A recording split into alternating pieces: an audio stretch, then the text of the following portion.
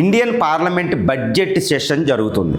యాక్చువల్గా ఈ budget session మళ్ళీ రెజ్యూమ్ అయిన తర్వాత అక్కడ మాట్లాడవలసింది ఏంటంటే లోక్సభ స్పీకర్ ఓం ప్రకాష్ బిర్లా మీద ప్రవేశపెట్టిన అవిశ్వాస తీర్మానం ఇంపీచ్మెంట్ కోసం ఓటింగ్ జరగాల్సిన రోజు మొదటి రోజే అపోజిషన్, ముఖ్యంగా India group headed by Rahul Gandhi, ఇప్పుడు పశ్చిమాసియాలో జరుగుతున్న యుద్ధం, అందులో భారత్ మోడీ అవలంబించిన దౌత్య విధానం, అక్కడ సుమారు 90 లక్షల నుంచి కోటి మంది భారతీయుల రక్షణ, ఆయిల్ ప్రైసెస్, ఇన్ఫ్లేషను, ఇండియా ఇటు ఇరాన్ వైపు ఉందా, ఇజ్రాయెల్ అమెరికా వైపు ఉందా అనేది ఒక అగమ్య గోచరంలో ఉండడం, Indian security is at stake, ఈ విషయాల మీద పూర్తిగా పార్లమెంటులో చర్చ జరగాలంటూ రాహుల్ గాంధీ ఆయన పట్టుబట్టడం. వెంటనే ఇప్పటికే ఎస్ జయశంకర్ గారు ముందే సూమోటో ఆయన ఒక స్టేట్మెంట్ రిలీజ్ చేశారు. ఆయన ఇచ్చేటప్పుడు పార్లమెంట్ నుంచి అపోజిషన్ వాకౌట్ చేయడం, ఇదంతా గందరగోళమైన పరిస్థితి. అంటే ఇరాన్, ఈ అమెరికా ఇజ్రాయెల్ యుద్ధం ఇప్పుడు ఆ ప్రకంపనలు ఈవెన్ ఇండియన్ పార్లమెంట్లో కూడా వచ్చేసినట్టు తెలుస్తుంది. ఈవెన్ యూకే పార్లమెంట్లో కూడా ఇలాగే ఉంది, అమెరికన్ కాంగ్రెస్లో కూడా ఇలాగే ఉంది, ప్రపంచవ్యాప్తం. ఇప్పుడు ఇండియాలో కూడా పార్లమెంట్లో ఈ చర్చ జరగడం పెద్ద విచిత్రమేమి కాదు. ఏదైనా అపోజిషన్ లీడర్ రాహుల్ గాంధీ ఈ విషయాన్నే రైట్ చేయాలి, లేకపోతే ఆయన తప్పు పట్టవచ్చు. ఎందుకంటే ఎప్పుడైనా ఏదైనా ఒక యుద్ధం జరుగుతుంటే ఎక్కడైనా ఇంకొక దేశం మీద చాలా ప్రభావితం పడుతుంది, ముఖ్యంగా ప్రపంచీకరణలో, గ్లోబలైజ్డ్ సిచ్యువేషన్లో. ఎందుకంటే ఎకానమీస్ అన్ని లింక్ అయి ఉన్నాయి, మార్కెట్లన్నా ఒకదానికొకటి లింక్ అయి ఉంది. పైగా ఇండియాకి ఎనర్జీ ఫ్లో వచ్చే గల్ఫ్ హర్ముజ్ స్ట్రైటే క్లోజ్ అయింది.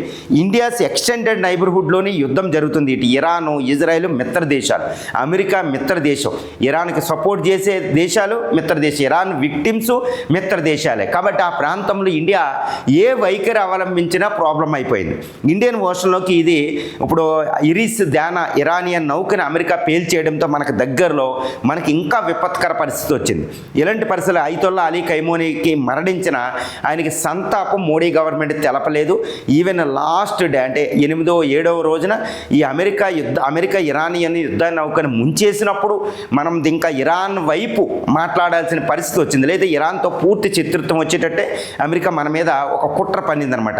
వెంటనే ఇరాన్ 2 నౌకల్ని మనం ఆశ్రయించి కొచ్చిన్ పోర్ట్లో, తర్వాత వాళ్ళకి సకల సౌకర్యాలు కల్పించి మన అతిథిగా వచ్చిన నౌకకి అన్నీ చేసి ఈ గెస్ట్ ఆఫ్ ఇండియాని మేము బాగా చూసుకోవాలని మోడీ అడ్మినిస్ట్రేషన్ చెప్పి అమెరికాకి షాక్ ఇచ్చి ఖైమోనీకి ఎంబసీకి ఫారిన్ సెక్రటరీ విక్రమ్ మిశ్రీ వెళ్ళి సంతాపం తెలడం జరిగింది. అంటే ఏంటి, మొదటి 7 రోజుల యుద్ధం సమయంలో ఇండియా ఇటు ఇజ్రాయెల్ అమెరికా పక్షాన్ని వహించిందని చెప్పవచ్చు. అందుకే ప్రైమ్ మినిస్టర్ ఇటు సౌదీ అరేబియా, యుఏఈకి ఫోన్ చేసి మేము ఇరాన్ను దాడిని మేము ఖండిస్తున్నామని ప్రైమ్ మినిస్టర్ చెప్పడం జరిగింది.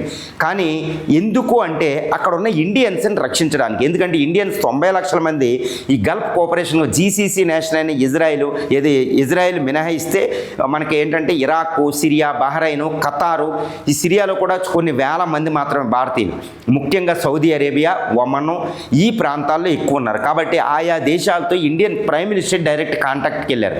ఎందుకంటే ఇక్కడ ఎస్ జయశంకర్ గారు అన్నట్టు we are Indian interests are overriding అనే పదాన్ని ఉపయోగించారు. మన ఇంట్రెస్ట్ ఏంటి, 90 లక్షల మందిని రక్షించడం, వాళ్ళని తీసుకురావడం చాలా కష్టం. అక్కడ ఆ టైంలో వాళ్ళని రక్షించడం, ఇండియా ఎనర్జీ ఫ్లో, మన భారత సంబంధాలని పునఃప్రతిష్ఠించుకోవడం, అక్కడ చాలా జాగ్రత్తగా కాపాడుకోవడం, ఇవే మెయిన్ ఇంట్రెస్ట్స్. కాబట్టి మేము చాలా జాగ్రత్తగా గంటకి రివ్యూ చేస్తూ చాలా క్లోజ్గా అబ్జర్వ్ చేస్తూ ఫాలో అయ్యాం. ఇరానియన్ లీడర్తో మాట్లాడైపోయాను, కానీ అబ్బాస్ బరాక్సీతో ఆయన విదేశాంగ శాఖ మంత్రితో నేను 2 సార్లు ఫిబ్రవరి 28, మార్చి 6 మాట్లాడాను. కాబట్టి ఏ ప్రాబ్లం లేదని ఆయన చెప్పడం జరిగింది.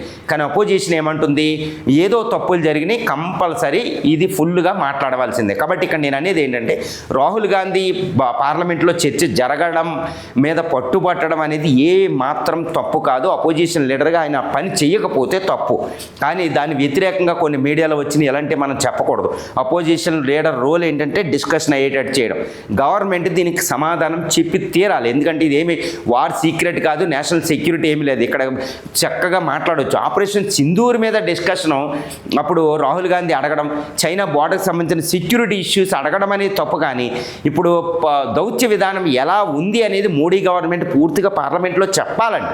ఎందుకంటే మేము ఎలా వ్యవహరించాం, అసలు ఈ కరెక్ట్గా కొన్ని గంటలకు ముందే ఇజ్రాయలీ పర్యటనకి వెళ్లాల్సిన అవసరం ఏంటి, అసలు మోడీ గారికి ఈ విషయం తెలుసా, అసలు ఇజ్రాయలీ ప్రైమ్ మినిస్టర్ అసలు ముందు ఈ అటాక్ చేసేస్తున్నామని ఎందుకు చెప్పలేదు?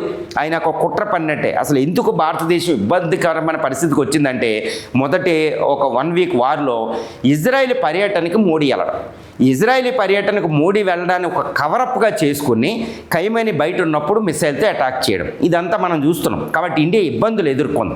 ఇజ్రాయెల్ వైపే అన్నట్టు మన ఇండియా తిరిగిపోయింది అని గల్ఫ్ దేశాలు అనుమానం పడే స్థితికి వస్తే మళ్ళీ ఇండియా తడుముకొని చాలా జాగ్రత్తగా మళ్ళీ పునఃప్రతిష్ఠించుకుని ఇరాన్తో మళ్ళీ సంబంధాలు పెట్టుకోవడం వల్ల గల్ఫ్ ఆఫ్ హర్ముజ్లో ఇండియన్ షిప్లు అలౌ చేయలేదు. మొదట్లో చైనాను అలౌ చేసిన ఇరాను వెంటనే ఇండియా ఇప్పుడు పుష్పక్కు 2 షిప్పులు గల్ఫ్ ఆఫ్ హర్ముజ్ ద్వారా భారత్ చేరుకుంటున్నాయంటే ఇరాన్తో మనం సంబంధాలు పెట్టుకున్నాం. అంటే ఏంటి, మొదటి మోడీ దౌత్య విధానంలో 11 రోజుల యుద్ధంలో మొదటి 7 రోజులు కన్ఫ్యూజ్ అయ్యాం.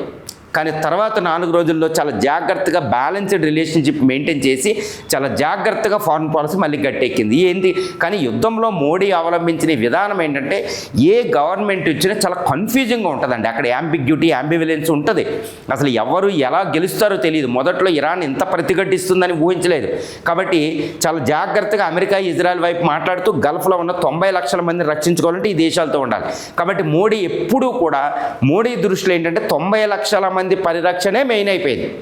తర్వాత ఎనర్జీ సెక్యూరిటీ గుర్తుపెట్టుకోవాలి, తర్వాత ఆయా దేశాలతో సంబంధాలు, తర్వాత ఇండియా యొక్క విలువలు, ఇవన్నీ మానవత్వంతో ఇరాన్ నౌకని రక్షించడం, ఇవన్నీ వరుస క్రమంలో చూడాలి. ముఖ్యంగా ఈ ప్రైమ్ మినిస్టర్ని ఎక్కువగా ప్రియాక్యుపై చేసిన విషయం ఏంటంటే 90 లక్షల మంది ఎలా 90 లక్షల మందిని అక్కడ నుంచి ఖాళీ చేయాలంటే యుద్ధంలో చాలా చాలా చాలా డేంజరు, అది అసంభవం అయిపోతుంది. తర్వాత చాలా పెద్ద ప్రాబ్లం అయిపోతుంది. తర్వాత యుద్ధ విరమణ, 4 లక్షం యుద్ధాన్ని విరమింపజేసేటట్టు అన్ని అంతర్జాతీయంగా కృషి చేయడం, ఈ విధంగా అంత అద్భుతంగా ఫారెన్ పాలసీ మోడీ విధానం నడిచింది. మొదట్లో కన్ఫ్యూజ్ అయ్యింది. ఎవరైనా అక్కడ ఏం జరుగుతుందో తెలియనప్పుడు కన్ఫ్యూజ్ అవ్వక ఏం చేస్తారు? కాకపోతే సర్దుకుని దిద్దుబాట్లు చేయగలిగింది. కాబట్టి ఇది రాహుల్ గాంధీ గారు అడగడం వల్ల ఇది పార్లమెంట్లో ఇండియన్ పార్లమెంట్లో జయశంకర్ గారు ఇది ఇంకా కూలంకషంగా చెప్పి దీనిపైన చర్చించడం వల్ల ఇంకొకసారి ఇలా రిపీట్ అవ్వకుండా మనకి ఉంటుంది. ఎందుకంటే పారదర్శకంగా మనం ఇక్కడ వ్యవహరించాం. అమెరికాకి, ఇజ్రాయెల్కి వైపు వెళ్ళలేదు, ఇరాన్ వైపు వెళ్ళలేదు. చాలా జాగ్రత్తగా మన ఇంట్రెస్ట్లనే కాపాడుకున్నాం. కాబట్టి అందరికీ చెప్పొచ్చు మా ఇంట్రెస్ట్ ముఖ్యం. 145 కోట్లు, అక్కడ 90 లక్షలు, ఎనర్జీ సెక్యూరిటీ, గ్రోత్ రేటు, ప్రపంచ స్టెబిలిటీ ముఖ్యం. కాబట్టి మేము ఇలా వ్యవహరించామంటే ఇరాన్, అమెరికా, ఇజ్రాయెల్ ఎవరు హర్ట్ అయ్యే పరిస్థితి లేదు. కాబట్టి పార్లమెంట్లో దిగ్విజయంగా ఈ చర్చ జరగవచ్చు. గవర్నమెంట్ షై అవ్వకుండా రాహుల్ గాంధీ డిమాండ్ చేసినట్టు మంచిగా చర్చించడం వల్ల ప్రజలకు కూడా తెలుస్తుంది.